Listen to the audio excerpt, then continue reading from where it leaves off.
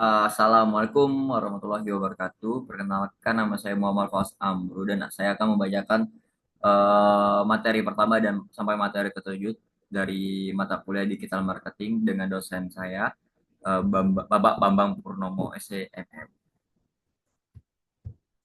Oke. Pertemuan pertama itu pengantar digital marketing. Digital marketing adalah strategi pemasaran modern yang memang memanfaatkan teknologi digital untuk menjangkau konsumen secara lebih luas dan efisien. Perkembangan revolusi industri 4.0 dengan hadirnya big data, AI, cloud computing, dan Internet of Things telah mengubah cara bisnis beroperasi. Dunia kini beralih dari ekonomi berbasis sumber daya alam menuju ekonomi berbasis pengetahuan dan data. Inti materinya itu, fokus utama digital marketing adalah mengoptimalkan bisnis melalui teknologi. Data menjadi minyak baru dalam ekonomi digital. Bisnis yang tidak beradaptasi akan tertinggal di era disrupsi. Transformasi bisnis digital, masih di pertemuan pertama. Transformasi digital mencakup perubahan dari sistem bisnis tradisional menjadi berbasis teknologi. Perusahaan kini memanfaatkan media sosial, website, dan platform e-commerce sebagai sarana utama promosi dan pelayanan. Dengan pendekatan digital, bisnis mampu menargetkan pasar secara tepat, menghemat biaya, serta menganalisis hasil pemasaran dengan cepat. Poin penting, digital marketing menuntut inovasi dan adaptasi. Perusahaan perlu menguasai berbagai kanal digital, dan tujuan akhirnya adalah efisiensi dan perluasan pasar. Di pertemuan kedua, itu saya belajar tentang masyarakat digital dan Internet of Things. Masyarakat di era digital hidup dalam dunia yang terhubung secara global melalui internet. Internet of Things atau IoT menggambarkan sistem di mana berbagai perangkat saling terhubung dan berbagi data tanpa campur tangan manusia. Contohnya seperti mobil pintar, smartphone, atau rumah otomatis. Manfaat IoT dalam bisnis, efisiensi operasional dan layanan pelanggan, data real time untuk analisis kebutuhan, inovasi produk yang sesuai kebutuhan pengguna. Masih di pertemuan kedua, kami belajar yaitu Big Data dan efisiensi pemasaran. Big Data adalah kumpulan data besar dan kompleks yang diolah untuk memahami perilaku konsumen. Dengan analisis Big Data, perusahaan dapat menyesuaikan strategi pemasaran berdasarkan preferensi dan kebiasaan pelanggan. Penggunaan Big Data meningkatkan efektivitas iklan digital, menentukan target pasar dan akurat, menghemat biaya promosi dengan hasil terukur. Digital marketing berbasis data membantu perusahaan mengambil keputusan yang lebih cerdas dan kompetitif. Di pertemuan ketiga, yaitu peran media sosial dalam dunia bisnis. Medsos menjadi alat utama dalam membangun hubungan antara bisnis dan pelanggan. Melalui platform seperti IG, TikTok, dan YouTube, perusahaan dapat membangun citra merek atau brand image mereka dan menciptakan interaksi langsung dengan konsumen. Fungsi utama medsos meningkatkan brand awareness, menjadi sarana komunikasi dua arah, mendorong peningkatan penjualan melalui engagement tinggi. Dan selanjutnya ada strategi sosial media marketing. Agar efektif, sosial media marketing harus menggabungkan kreativitas dan konsistensi penggunaan storytelling, video pendek, serta kolaborasi dengan influencer dapat memperkuat pesan merek.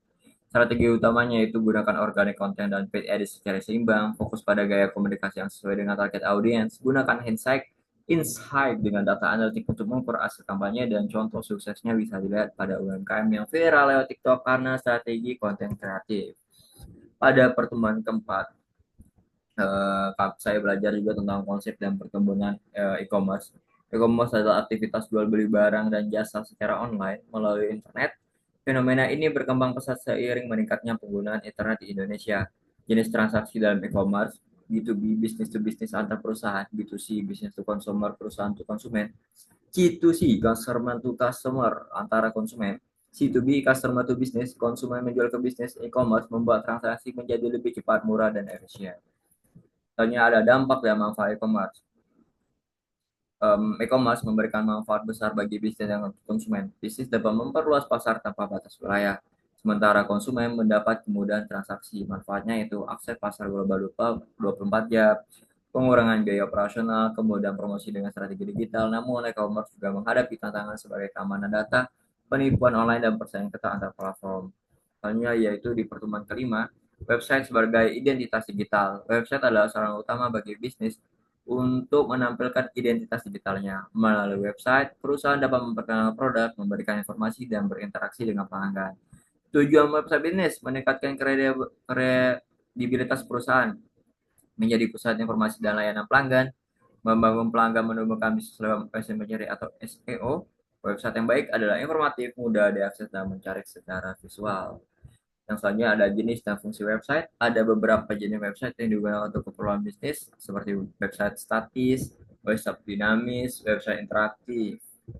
Selanjutnya di pertemuan ke-6, pengenalan serta Search Engine Optimization atau SEO.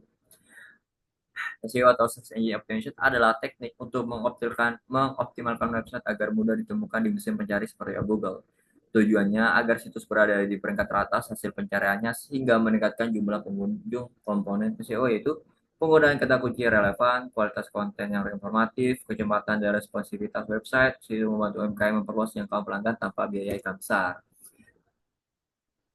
Nah, di pertemuan ke-6 kami juga belajar bahwasanya ada analisis studi kasus dalam dunia nyata. Banyak perusahaan yang belum beradaptasi dengan digital marketing. Contohnya PT Toga Mobil Indonesia mengalami penurunan penjualan akibat masih mengandalkan promosi konvensional.